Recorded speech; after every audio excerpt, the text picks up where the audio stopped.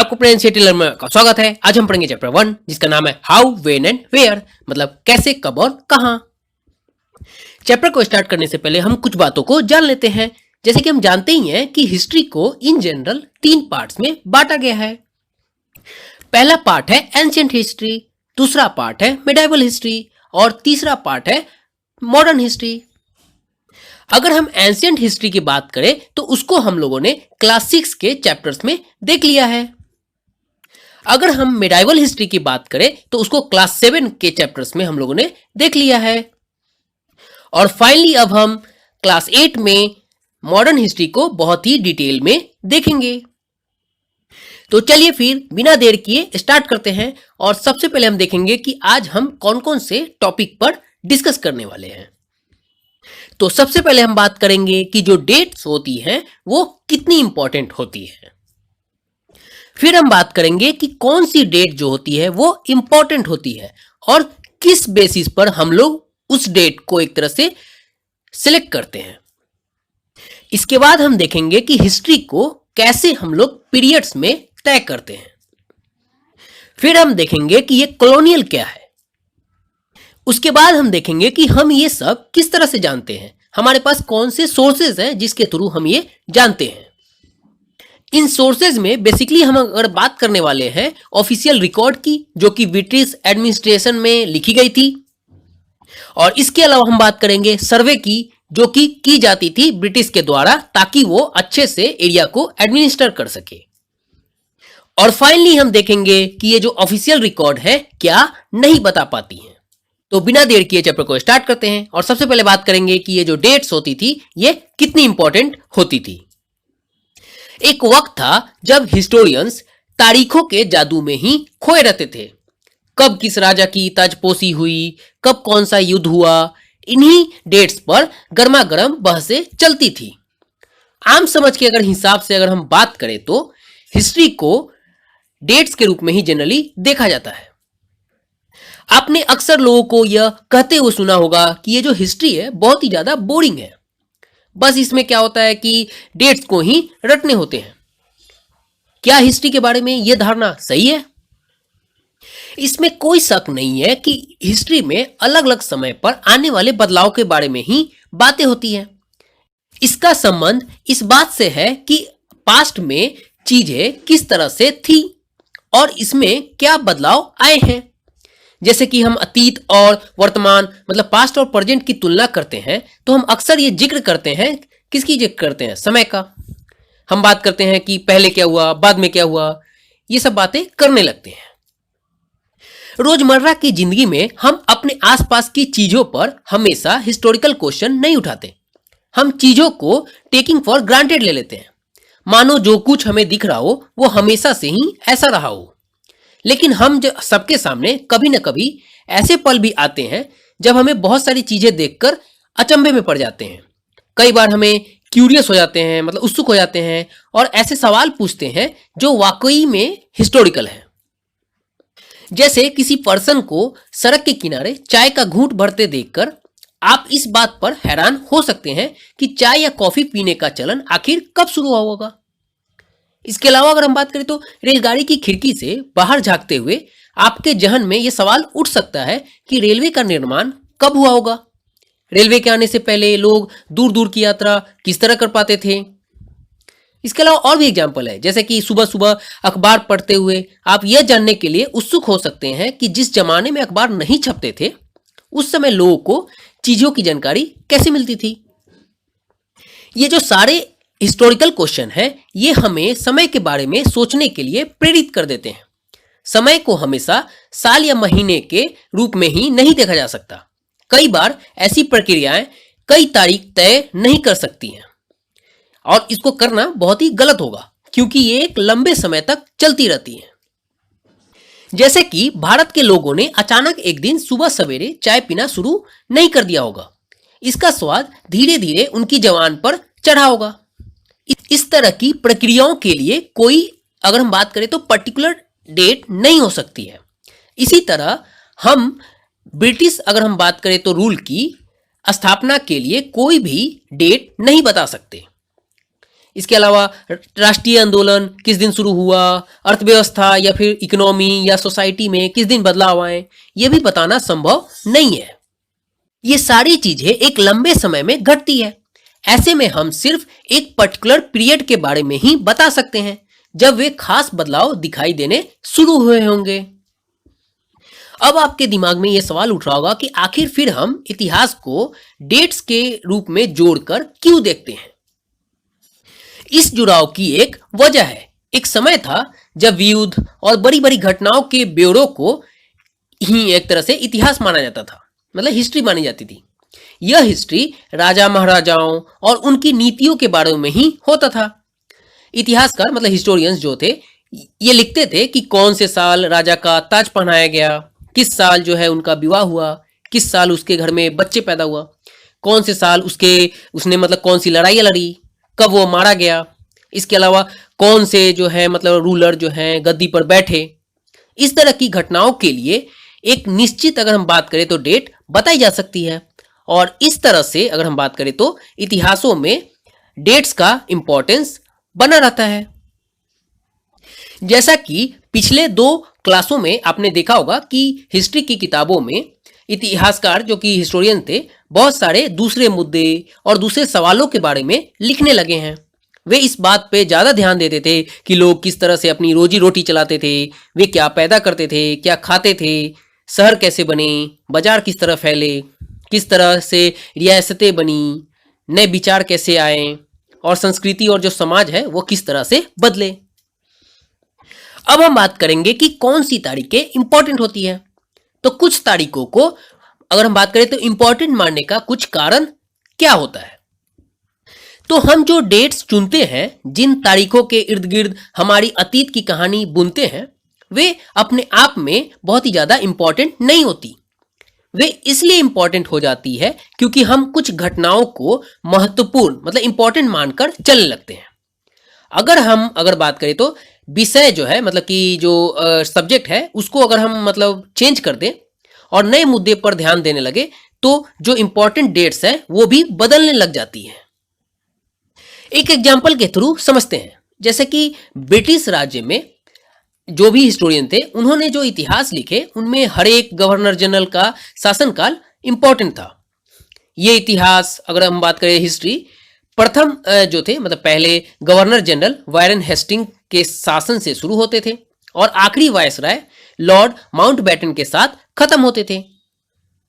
अलग अलग चैप्टर्स में हमें दूसरे गवर्नर जनरल जैसे कि Hasting, Wellesley, Bentinck, Dalhousie, Canning, Lawrence, Lytton, Ripon, Curzon, Hardinge और इरविन के बारे में भी हम पढ़ते थे।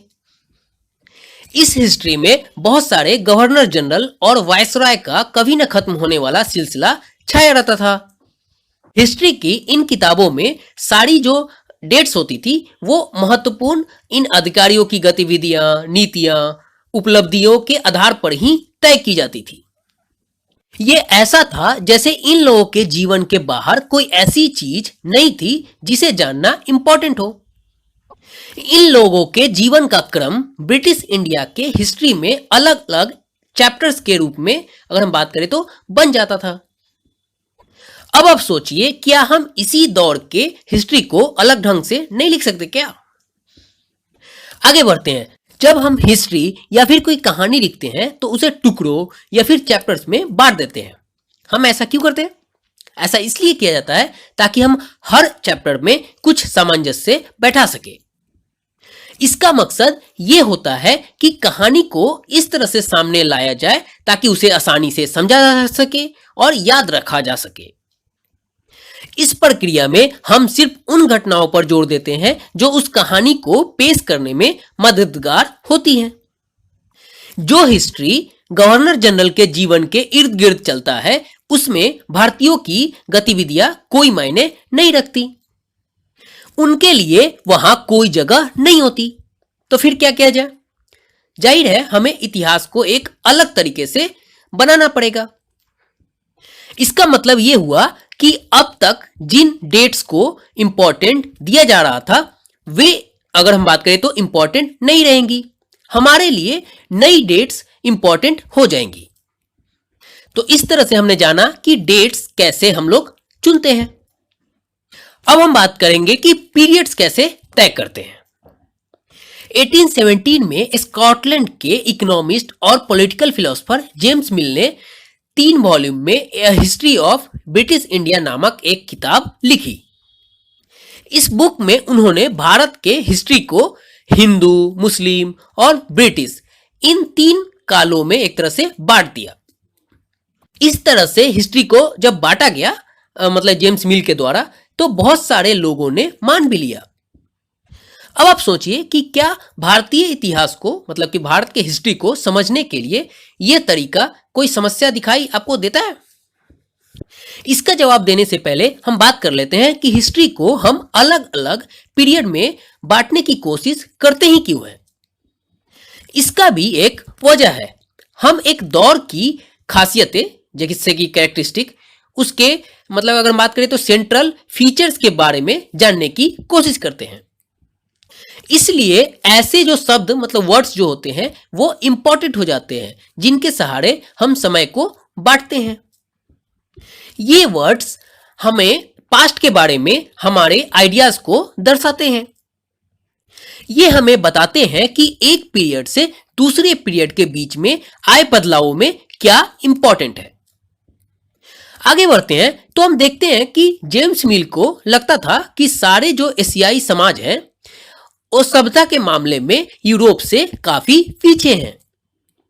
भारत के हिस्ट्री के बारे में उसका यह मानना था कि भारत में अंग्रेजों के आने से पहले यहाँ हिंदू और मुसलमान तानाशाहों का ही राज चलता था। यहाँ चारों ओर केवल धार्मिक बैर, जातिगत बंधन और अंधविश्वास का ही बोलबाला था। मिल की राय में ब्रिटिश शासन भारत को सिविलाइज मतलब एक तरह से कर सकती थी और इसके लिए उसका मानना था कि यूरोपियन मैनर्स, आर्ट, इंस्टीट्यूशंस और लॉ जो है वो इंडिया में इंट्रोड्यूस किया जाए। मिल ने तो यहां तक सुझाव दे दिया था कि अंग्रेजों को भारत के सारे एरिया पर कब्जा कर लेना चाहिए ताकि भारतीय जनता को ज्ञान और सुखी जीवन प्रदान किया जा सके। उसका मानना था कि अंग्रेजों की मदद के बिना हिंदुस्तान प्रगति नहीं कर सकता। हिस्ट्री की इस धारणा में अंग्रेजी शासन प्रगति और सभ्यता का मतलब सिविलाइजेशन का प्रतीक था और इसके अनुसार अंग्रेजी शासन से पहले सारा जो है अंधकार का दौर था। क्या इस तरह की धारणा को स्वीकार किया जा सकता है? जरा सोचिए कि क्या इतिहास के किसी दौर को हिंदू या मुसलमान दौर कहा जा सकता है? क्या इन सारे दौरों में कई तरह के धर्म एक साथ नहीं चलते थे?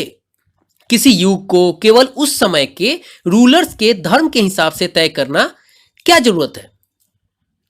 अगर हम ऐसा करते हैं तो इसका मतलब यह कहना चाहते हैं कि औरों के जीवन और तौर तरीके का कोई महत्व नहीं होता है। हमें याद रखना चाहिए कि प्राचीन भारत में सारे जो रूलर्स थे उनका भी एक धर्म नहीं होता था। अंग्रेजों द्वारा सुझाए गए क्लासिफिकेशन से अलग हटकर हिस्टोरियंस ने भारतीय इतिहास को आमतौर पर प्राचीन मतलब एंशियंट, मिडाइवल और मॉडर्न काल में भी बांटकर देखते हैं। इस डिवीजन की अगर हम बात करें तो इसकी भी अपनी समस्याएं हैं। हिस्ट्री को इस तरह से भी बांटने का जो एक तरह से कंसेप्ट आया है यह भी वेस्ट से ही आया है। वेस्ट में अगर हम बात करें तो मॉडर्निटी का मतलब होता है growth of science, reason, democracy, liberty और इक्वालिटी। मतलब विज्ञान, तर्क, लोकतंत्र, मुक्ति और समानता जैसी आधुनिकता की ताकतों के विकास का युग माना जाता है। उनके लिए मिडाइवल समाज में वे समाज थे जहां आधुनिक समाज की ये विशेषताएं मतलब कि मॉडर्न की ये विशेषताएं नहीं थी। क्या हम अपने स्टडी के लिए मॉडर्न पीरियड की इस अवधारणा को बिना सोचे विचारे ऐसे ही अपना सकते हैं? नहीं, क्योंकि जैसा कि आप जानते ही हैं कि और किताबों में देखेंगे ही अगले चैप्टर्स में कि अंग्रेज के शासन में लोगों के पास ना ही समानता थी, ना ही स्वतंत्रता थी, ना ही कोई मुक्ति का कोई कंसेप्ट था और इसके साथ ही ना ही भारत में कोई इकोनॉमिक ग्रोथ हो रहा था, ना ही कोई प्रोग्रेस हो रही थी। और इसलिए बहुत सारे जो हिस्टोरियन हैं वो जो है इस पीरियड को रेफर करते हैं एज अ कॉलोनियल। अब हम बात करेंगे कि आखिर ये कॉलोनियल होता क्या है। तो अगर हम कॉलोनियलिज्म की बात करें तो ये एक पॉलिसी है जिसमें एक कंट्री अपना जो है विस्तार करता है और दूसरे लोगों पर और दूसरे के टेरिटरी पर एक तरह से कब्जा करता है, और उसका मेन एम होता है इकोनॉमिक डोमिनेंस। और जो ब्रिटिशर्स थे उनका भी शुरुआत में यही मकसद था। इस बुक में हम पढ़ेंगे कि किस तरह से अंग्रेजों ने हमारे देश को जीता और स्थानीय नवाबों और राजाओं को दबाकर अपना शासन स्थापित किया। हम देखेंगे कि किस तरह से इकोनॉमी और सोसाइटी पर नियंत्रण स्थापित किया, अपने सारे खर्चे को निपटाने के लिए रेवेन्यू कलेक्ट किया। इसके अलावा जो है अपनी जरूरतों की चीजों को सस्ती कीमतों पर खरीदा और एक्सपोर्ट के लिए महत्वपूर्ण फसलों की खेती कराई। और इन सारी कोशिशों के कारण क्या बदलाव आए। इसके अलावा हम ये भी जानेंगे कि ब्रिटिश शासन के कारण यहाँ की मूल्य मान्यताएं, पसंद नापसंद, रीति रिवाज व तौर तरीकों में क्या बदलाव आए। जब एक देश के दबदबे से दूसरे देश के पॉलिटिकल, इकोनॉमिक, सोशल और कल्चरल चेंजेज होते हैं तब हम इस प्रोसेस को कॉलोनाइजेशन कहते हैं। आगे हम देखेंगे कि जो क्लासेस और ग्रुप है वो जो है एक तरीके से एक्सपीरियंस नहीं करते हैं इन सारे चेंजेज को, और यही कारण जो है बुक को हम बोलते हैं आवर पास्ट, मतलब प्लूरल में यूज करते हैं क्योंकि एक तरीके से हम लोग सभी को नहीं देख सकते। आगे बढ़ते हैं। अब हम बात करेंगे कि ये सब हम किस तरह से जानते हैं। तो भारतीय इतिहास के पिछले 250 सालों का जो इतिहास है लिखने के लिए हिस्टोरियंस ने बहुत सारे सोर्सेस का इस्तेमाल किया है। इसमें सबसे पहले हम बात करेंगे एडमिनिस्ट्रेशन में जो भी रिकॉर्ड्स तैयार किए गए हैं। तो जो अंग्रेजी शासन द्वारा तैयार किए गए सरकारी रिकॉर्ड है उसको जो है हिस्टोरियंस बहुत ही महत्वपूर्ण साधन मानते हैं। अंग्रेजों का यह मानना था कि चीजों को लिखना बहुत ही ज्यादा महत्वपूर्ण होता है, मतलब इंपॉर्टेंट होता है। उनके लिए every instruction, plan, policy, decision, agreement, investigation, इसको जो है साफ साफ लिखना जरूरी था। ऐसा करने से इसको स्टडी करना और डिबेट करना बहुत ही आसान हो जाता था। इस कन्विक्शन के कारण हम देखते हैं कि एडमिनिस्ट्रेटिव कल्चर बन गया था मेमोज का, नोटिंग का और रिपोर्ट्स का। आगे हम देखते हैं कि ब्रिटिशर्स को यह भी लगता था कि तमाम जो इंपॉर्टेंट बात करें तो डॉक्यूमेंट्स और जो लेटर्स हैं उसको संभाल कर रखना बहुत ही जरूरी है। लिहाजा उन्होंने सभी एडमिनिस्ट्रेटिव इंस्टीट्यूशंस में रिकॉर्ड रूम बनवाए थे। तहसील के दफ्तर, collectorate, commissioner office, provincial secretariat, law court, सभी के अपने रिकॉर्ड रूम थे। इंपॉर्टेंट रिकॉर्ड्स को बचाकर रखने के लिए आर्काइव और म्यूजियम जैसे संस्थान भी बनाए गए थे।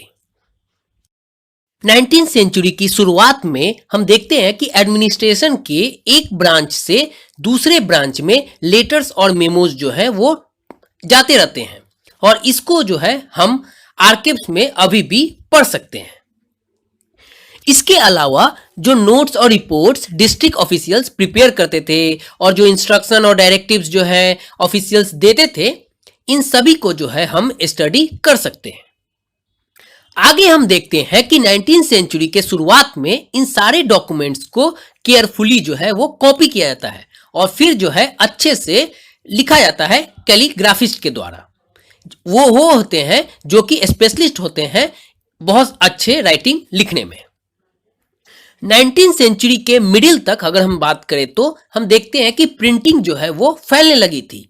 इस तकनीक के सहारे अब प्रत्येक सरकारी विभाग की कार्रवाइयां जो होती थी, उसके जो दस्तावेज होते थे, उसकी जो है बहुत सारी कॉपियां बनाई जाने लगी। तो ये तो हमने जाना कि ऑफिशियल रिकॉर्ड्स के थ्रू हम बहुत सारा चीज जान सकते हैं। अब हम जानेंगे कि जो सर्वे हुआ था और जो ब्रिटिशर्स ने करवाए थे उससे हमें क्या पता चलता है। ये जो प्रैक्टिस था सर्वे करवाने का, ये जो है कॉमन था कॉलोनियल एडमिनिस्ट्रेशन में। ब्रिटिश का यह मानना था कि अगर हमें इस कंट्री को अच्छे से एडमिनिस्टर करना है तो इसके लिए इसे अच्छी तरीके से जानना बहुत ही जरूरी है। 19वीं सेंचुरी की शुरुआत तक पूरे देश का नक्शा तैयार करने के लिए बड़े बड़े सर्वे किए जाने लगे। गांव में रेवेन्यू सर्वे किए गए। इस सर्वे में टोपोग्राफी, सॉइल की क्वालिटी, फ्लोरा, फौना और लोकल हिस्ट्री जो थी, इसके अलावा क्रॉपिंग पैटर्न, इन सारे फैक्ट्स को बहुत ही इंपॉर्टेंट नजरों से देखा गया ताकि जो है एडमिनिस्टर किया जा सके इस सारे रीजन्स को। 19वीं सेंचुरी के अंत तक हम देखते हैं कि सेंसस जो है ऑपरेशन, ये सारा जो है अब एक तरह से होने लगा और ये प्रत्येक 10 साल पर होता था। इस सेंसस के जरिए भारत के सभी प्रांतों में रहने वाले लोगों की संख्या, उनकी जाति, इलाके और व्यवसाय के बारे में जानकारियां इकट्ठा की जाती थी। इसके अलावा और भी सर्वे किए जाते थे, जैसे कि botanical survey, zoological survey, archaeological survey, anthropological survey और फॉरेस्ट सर्वे। तो बहुत सारे सर्वे किए गए थे और इससे भी हमें बहुत ही इंपॉर्टेंट चीजें पता चलती है। अब हम बात करेंगे उन चीजों की जो इस ऑफिशियल रिकॉर्ड में नहीं देखे जाते हैं। रिकॉर्ड्स के इस विशाल भंडार से हम बहुत कुछ पता लगा सकते हैं, फिर भी इस बात को नजरअंदाज नहीं किया जा सकता कि ये सारे सरकारी रिकॉर्ड्स हैं। इनसे हमें यही पता चलता है कि सरकारी अफसर क्या सोचते थे, उनकी दिलचस्पी किन चीजों में थी, बाद के लिए वे किन चीजों को बचाए रखना चाहते थे। इन रिकॉर्ड से हमें यह समझने में हमेशा मदद नहीं मिलती है कि देश के दूसरे लोग क्या महसूस करते थे, उनकी कार्रवाइयों की क्या वजह थी। तो ये सब हमें नहीं पता चलते हैं इन डॉक्यूमेंट से। इन बातों को जानने के लिए हमें कहीं और देखना होगा। जब हम ऐसे किसी दूसरे सोर्स की तलाश में निकलते हैं तो उनकी भी कोई कमी नहीं रहती, लेकिन सरकारी रिकॉर्ड्स के मुकाबले उन्हें ढूंढना जरा मुश्किल साबित होता है। और इसके लिए हमें रिकॉर्ड्स कहां से मिलते हैं? तो हमें मिलते हैं किसी की डायरिया, किसी का तीर्थ यात्रा या फिर यात्रा में किए गए अकाउंट्स, फिर से इंपॉर्टेंट लोगों की बायोग्राफीज, फिर स्थानीय जो बाजार होते थे उसमें बिकने वाली लोकप्रिय पुस्तिकाएं, ये महत्वपूर्ण हो जाती हैं। जैसे जैसे प्रिंटिंग की तकनीक फैली, अखबार छपने लगे और विभिन्न मुद्दों पर जनता में बहस भी होने लगी। लीडर्स और रिफॉर्मर्स ने अपने विचारों को फैलाने के लिए लिखा, पोएट्स और नॉवेलिस्ट ने अपने भावनाओं को व्यक्त करने के लिए लिखा। तो ये सारी चीजें हमें देखने को मिलती है। लेकिन ये जो सारे सोर्सेज हैं उन लोगों ने रचे हैं जो पढ़ना लिखना जानते थे। इनसे हमें यह पता नहीं लगा सकते कि आदिवासी मतलब ट्राइबल्स और जो किसान थे, खदानों में काम करने वाले लोग थे और सड़कों पर जिंदगी गुजारने वाले जो गरीब थे, वो किस तरह से अनुभव करते थे और किस तरह से गुजरे थे। हम जब इस क्लास में सारे चैप्टर्स को पढ़ेंगे तो हम ये सब भी धीरे धीरे जान जाएंगे। तो इसके साथ ही ये चैप्टर कंप्लीट होता है। अगर आपको कोई भी चीज समझने में परेशानी हुई है तो आप अपना क्वेश्चन जो है कमेंट बॉक्स में डाल सकते हैं। इसके अलावा कुछ एक्स्ट्रा भी पूछना चाहते हैं तो आप कमेंट बॉक्स में अपना क्वेश्चन डाल सकते हैं। मैं कोशिश करूंगा कि जितनी जल्दी हो सके आपके क्वेश्चन का जवाब दे दूं। और अगर आपको वीडियो पसंद आ रहा है तो इसे लाइक, शेयर और सब्सक्राइब करें ताकि वीडियो लाने का उत्साह बना रहे। Thank you for watching this video. God bless you.